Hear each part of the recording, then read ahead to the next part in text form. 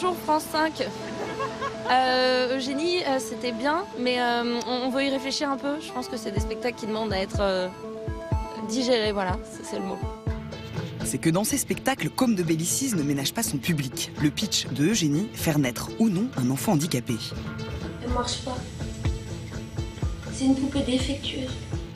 Dilemme éthique et eugénisme, des thèmes rarement mis en scène au théâtre. Tu te promènes avec un micro-ondes sur l'utérus.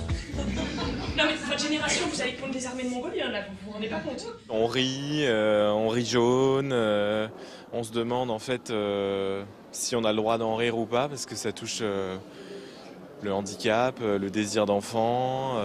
Vous voulez un coup de main? Non, franchement, je vais me débrouiller. C'est très gentil en tout cas. Ça pose le problème du choix, du libre arbitre, de donner la vie du formatage. Au théâtre, on peut rentrer dans la complexité de ces questions et qu'on a le temps pour le faire et qu'on a la liberté pour le faire. C'est l'endroit où on peut creuser des questions un peu délicates, sans jugement, sans morale, sans message à apporter.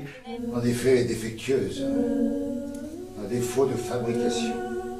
Je trouve que ça a l'intelligence de donner de leçons à personne. Voilà, ça interroge, mais ça ne donne pas de réponse et c'est très intelligent pour ça.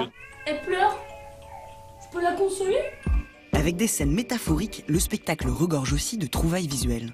C'est des désordres intérieurs, des conflits intérieurs, des angoisses. Et donc c'est compliqué parce que je traite de choses qui ne se voient pas. J'ai envie de te prendre dans mes bras. Mais je peux pas, car t'es dans mon ventre. N'est-ce pas que tu y es?